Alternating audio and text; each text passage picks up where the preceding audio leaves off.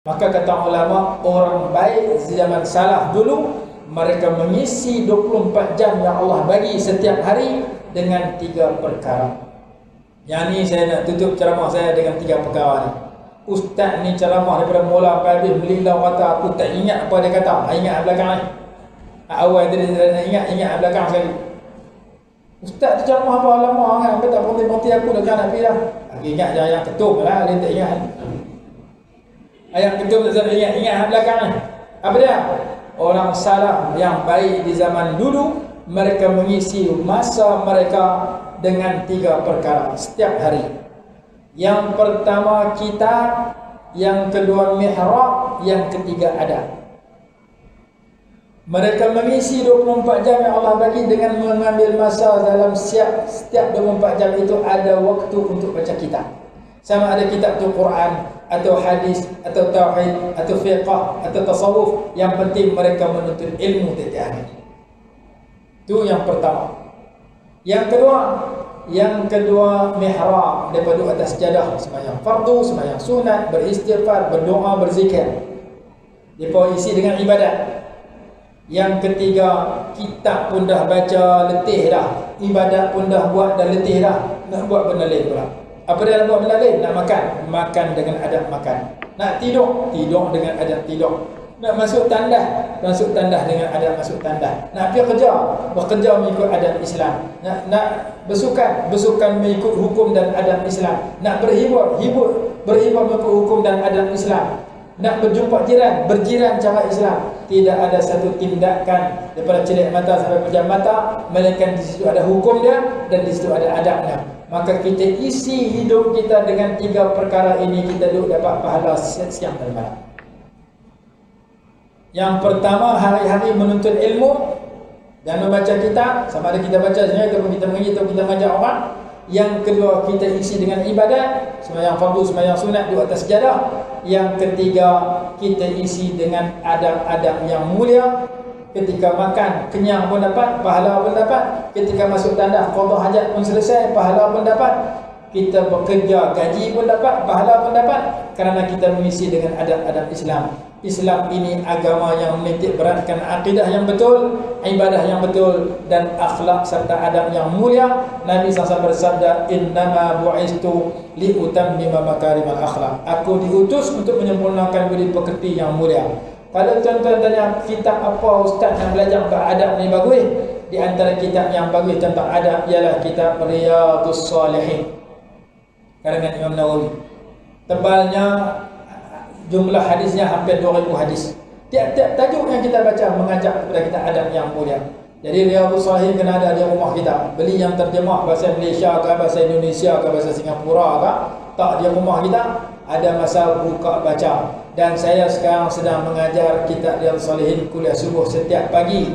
Bermula pagi kemarin dulu. Hari Sabtu mula, hari Ahad, hari tadi Ahad, hari kedua, esok hari ketiga. Satu pagi satu tajuk. Hari mula ikhlas. Hari kedua tadi yang kemarin tajuk taubat. Pagi besok tajuk sabar. Jadi kalau tuan-tuan ada handphone, ada internet, esok pagi pukul 6.30 pagi sampai pukul 7.10 atau 7 suku, ikuti pengajian kitab Riyadhus Shalihin yang dikarang oleh Imam Nawawi rahimahullah. Kitab itu amat bagus untuk kita pelajari tentang akhlak-akhlak yang mulia yang perlu kita ketahui dan hayati dan sematkan pada diri kita. Jadi saya rasa sekadar itu yang boleh saya sampaikan dalam kuliah ataupun ceramah Maulidur Rasul di surau tuan-tuan. Tahniah lah boleh namakan surau ini dengan surah An-Nur, satu nama yang cukup baik. Kerana Nur itu salah satu nama surah dalam Quran, surah An-Nur. Dan Nur juga salah satu sifat Nabi SAW. Qad ja'akum minallahi nurun wa kitabun mubin. Sesungguhnya telah datang kepada kamu semua daripada Allah itu satu nur, yaitu Nabi Muhammad SAW. Dan kitab yang menjelaskan dalam ayat 8 surah At-Taghabun, Allah berfirman, فَآمِنُوا بِاللَّهِ وَرَسُولِهِ وَالنُّورِ الَّذِي أَنزَلْنَا وَاللَّهُ بِمَا تَعْمَلُونَ خَبِيرٌ. Berimanlah kamu kepada Allah dan Rasul dan dengan nur yang kami turunkan, yaitu Al-Quran. Dan di antara doa yang sunat kita baca ketika nak main masjid, nak main surau, doa minta Allah bagi nur dalam hati dan nur kepada anggota. Ada 15 jenis nur atau 14 jenis nur yang diajak oleh ulama daripada himpunan hadis.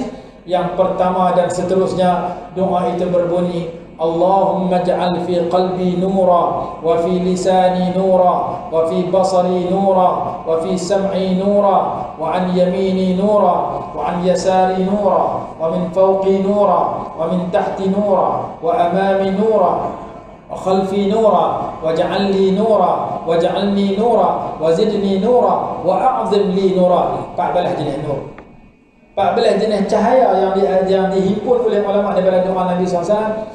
Bermula daripada cahaya dalam hati. Allahumma ja'al fi qalbi nura, ya Allah jadikan dalam hati aku cahaya. Kalau Allah masuk cahaya dalam hati, maka akan melimpah kebaikan daripada orang itu.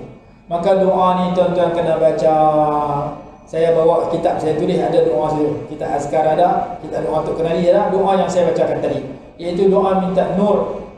Kalau tuan-tuan nak miliki, ambil baca, beli baca. Kalau tak beli tak bawa duit tak ada, nak baca juga, ambil gambar lagi. Ambil gambar, balik hafal, balik baca, bagi ke anak-anak kita baca.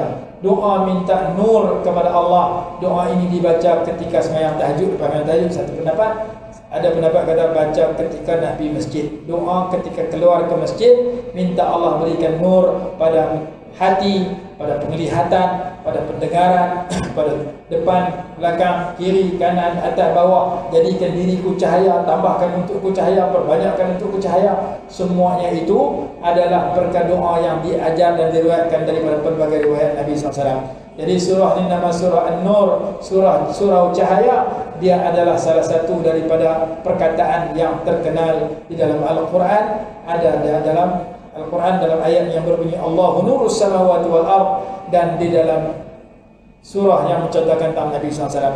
Jadi sekadar itu yang boleh saya sampaikan. Yang baik datang daripada Allah, salah silap saya mohon ampun dan maaf. Dan saya akan tinggal kitab pengurusi surau untuk tunjuk kat tuan-tuan. Kalau tuan-tuan nak beli, tempah ke dah, nanti saya hantar. Ada 10 jenis kitab yang saya tulis dengan 10 tajuk. Dan sekarang saya sedang menyambung kitab yang ke-11 untuk saya cetak bagi saya amalkan dan sebar kepada masyarakat. Yang baik datang daripada Allah, salah silap saya mohon ampun dan maaf. Aqulu qawli hadza wa astaghfirullahal azim li wa lakum. Assalamualaikum warahmatullahi wabarakatuh. Jadi sebelum akhir saya diminta untuk buat pengumuman. Malam ini saya lancarkan bismillahirrahmanirrahim. Alhamdulillah wassalatu wassalamu ala sayyidina Muhammad wa ala alihi wasallam. Saya lancarkan kutipan dana dan sumbangan untuk dua projek yang berkaitan dengan surau ini. Projek yang pertama, projek pembelian PA system yang baru. PA system ni bagus ya, tapi nak lebih bagus lagi. PA system tak ada, teruk suara penceramah. Jadi kita surau ni akan membeli PA system yang baru, sound system yang baru, satu yang pertama. Dan yang kedua, pembinaan pagar surau. Kos yang dianggarkan di antara 10,000 ke 20,000 RM. Bukan rupiah. Rupiah untung. 10,000 ke 20,000 ringgit. Jadi dengan pelancaran ini mudah-mudahan dapat sambutan daripada tuan-tuan dan war-warkan kepada masyarakat di luar sana dan apa-apa yang kita kenal. Mudah-mudahan projek yang sedang dirancang ini dapat kejayaan secepat mungkin dan hasilnya akan menjadi surau yang mempunyai PA sistem yang lebih baik dan pagar yang sempurna. Di samping dia menjadi sedekah jariah, wakaf yang pahalanya berterusan kepada kita dan kepada seluruh para penyumbang yang bakal memberi sumbangan yang mudah-mudahan akan tercapai dalam masa yang terdekat. Wallahu a'lam, dan buat kebahagiaan dan kejayaan kepada kita semua di dunia dan di akhirat. Aqulu qawli hadza wa astaghfirullahal azim li wa lakum. Assalamualaikum warahmatullahi wabarakatuh.